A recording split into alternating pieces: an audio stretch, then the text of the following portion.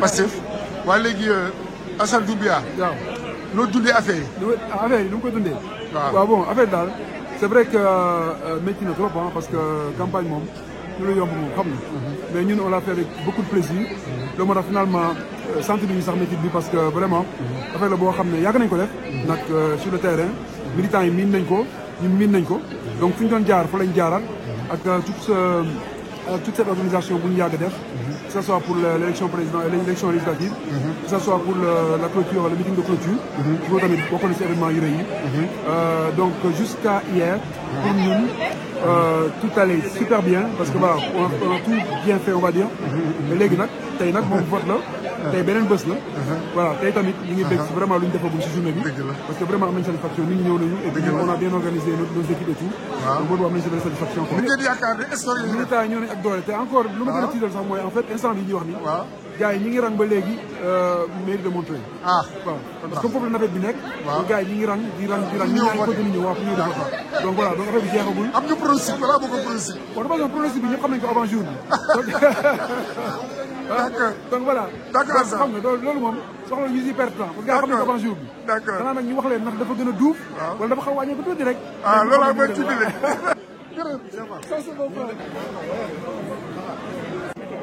sama gars yi. Cheikh Fall d'abord Cheikh Fall maa ngi nuyu ñëpp seen tur ak seen sant di leen wax ni leen ñi fi jot a ñëw pour voter def seen devoir citoyen maa ngi leen di sant di leen gërëm mais taux de participation bi moom bese na trop boo toogee sa kër di wax bu élection jotee da ngay voter. vraiment. sant ñëpp di leen gërëm merci beaucoup. jërëjëf. Bah, organisation c'est meilleur que la dernière fois lors des élections présidentielles. Donc on salue ça et je sollicite les autres aussi de venir faire le devoir citoyen. Donc voilà, en étant jeune, on fait l'avenir du pays. gis nañu campagne bi on dirait que c'est campagne présidentielle. Voilà en gros, mais en espérant que avec la jeunesse ils vont faire mieux que nous. Mais ça sera très difficile par contre. li ma remarqué mooy amul assez de monde par rapport au présidentiel. présidentiel bépp mbooloo. moo ëpp mbooloo. donc presque buntu bureau de vote yi bariwul. à part les derniers bureaux daal foofu moom. il paraît que am na nit. voilà donc explication bi nag kenn xamu ko. te pourtant endroit bi ñu ne au début nag amoo c'était le bazar en quelque sorte. parce que 41 listes. te bulletin de vote yi nekk ñu ci biir bureau de vote bi dugul benn table la ñuy def pour ñëpp. donc y a eu un peu de cafouillage. et puis ñi ñu wax ne nañu jël 5 bulletins. pour au moins affaire bi mën a fluide. respecté nañ ko à la fin. 41 de liste yaakaar naa ne nag loolu war nañ koo changer war nañ ko xoolaat. bu luy jàllee. voilà parce que ay liste yoo xam ne nit ñi kenn xamu leen. c'est à revoir. c'est à revoir par rapport au pourcentage yi ñu am. ba ñu xamee ne du ñu mën a ci dem ci ay élections. ou bien ñu imposer loo xam ne ku ci fay sa caution te amoo un certain pourcentage comme ni ñu koy defee France nga perte ko kenn du la ko rembourser. L'élection législative 2022 à la même heure c'était vraiment on ne peut plus passer. Alors je ne comprends pas que ces élections législatives de 2024 ne soient pas si remplies que les autres. Qu'est-ce qui se passe? Les gens n'ont pas envie de venir, ou bien les gens sont découragés. Ça va être un tsunami, ça va être un génocide électoral. Qu'est-ce qu'on peut attendre maintenant de la nouvelle législature à venir en wolof? Jubal, jubanti. Mani, un génocide électoral. Génocide là bas. Je ne comprends. Votre ami parle de génocide, est-ce que vous êtes d'accord? Non.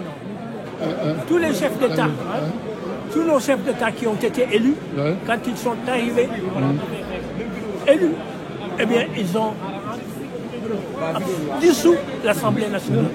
Ils ont dissous l'Assemblée pour avoir une Assemblée qui leur soit favorable. Pour avoir une Assemblée conforme. Pour pouvoir travailler en fait. Absolument. Il n'y a pas un engouement, pourquoi? Comment vous l'expliquez en tant que... Mais c'est-à-dire que peut-être que les Sénégalais ne sont pas sortis, je ne sais pas. Disons qu'ils ne sont pas encore arrivés. On est dimanche. Soit disant qu'ils sont chez eux ou ils sont en voyage. Je ne sais pas. On ne sait jamais. Ouais, c'est bizarre. Vous êtes d'accord avec ce que dit notre frère? notre président?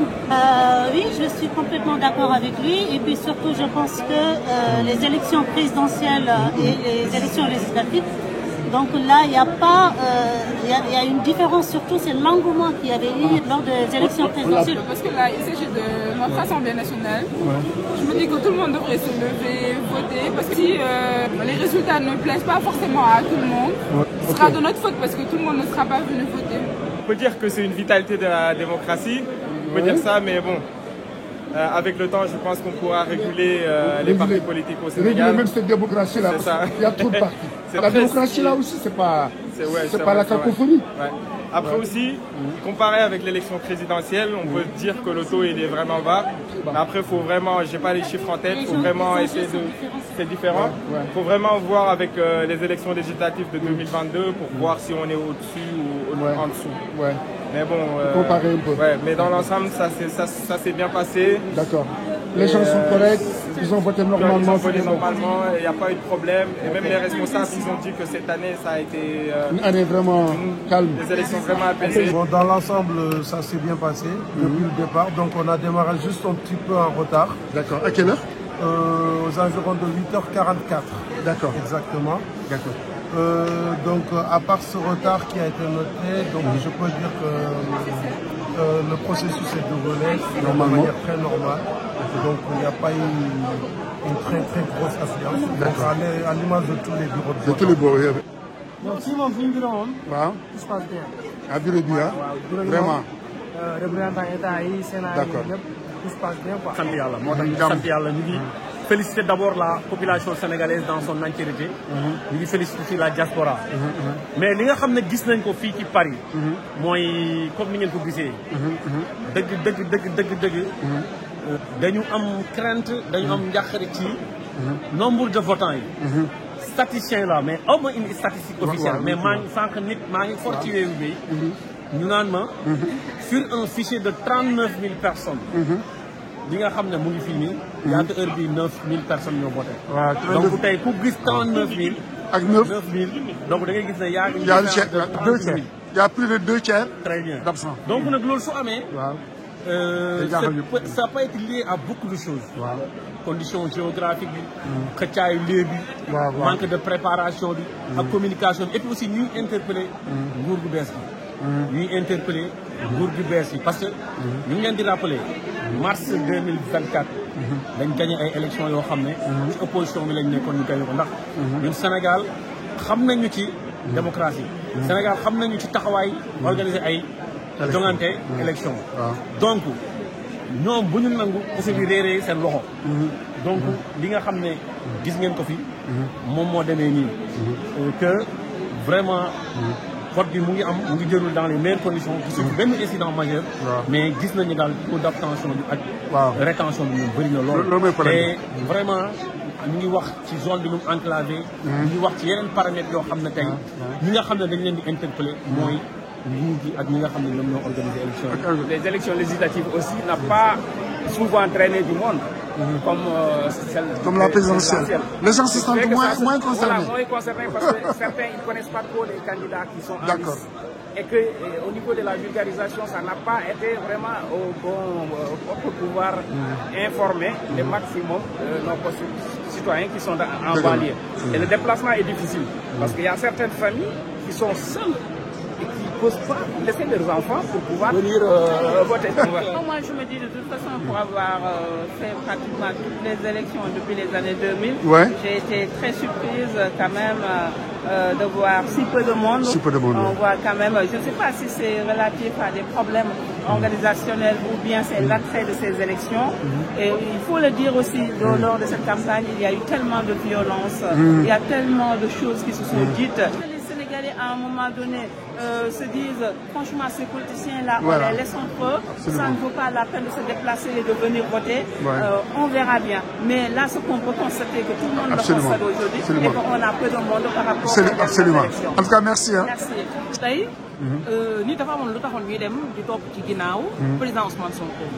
C'est-à-dire génne fii benn système pour changer système. Donc principe la tey bu ñu gisee ne kooku ñu promettre ne day génn ci système bi muy dem di tibbi ji ci mbalitu Macky Sall noonu laa koy waxee c'est normal que les gens qui ont des principes, ils restent chez eux.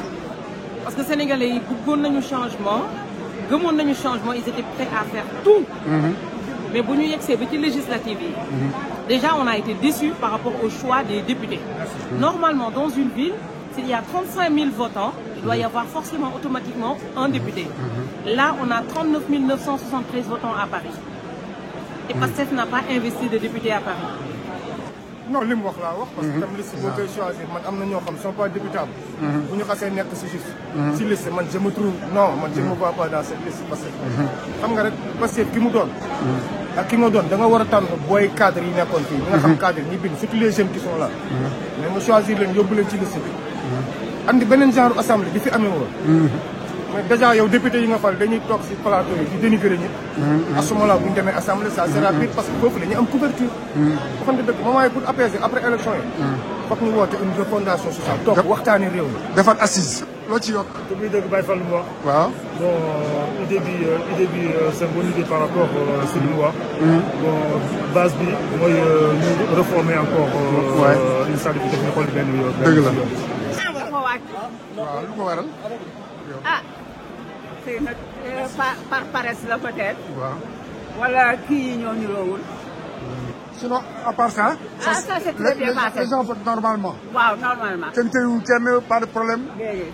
waaw kon daal loolu moom solo. daal vote nañ ko tranquillement. waaw amul benn problème. nit ñi voté nañu dans le calme et la sérénité. franchement y a pas de. y a pas de quoi. RAS. jax tak loolu laa bëggoon dégg.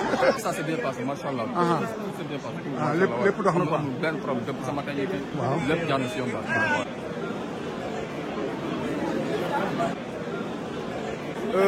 écoute élection yi.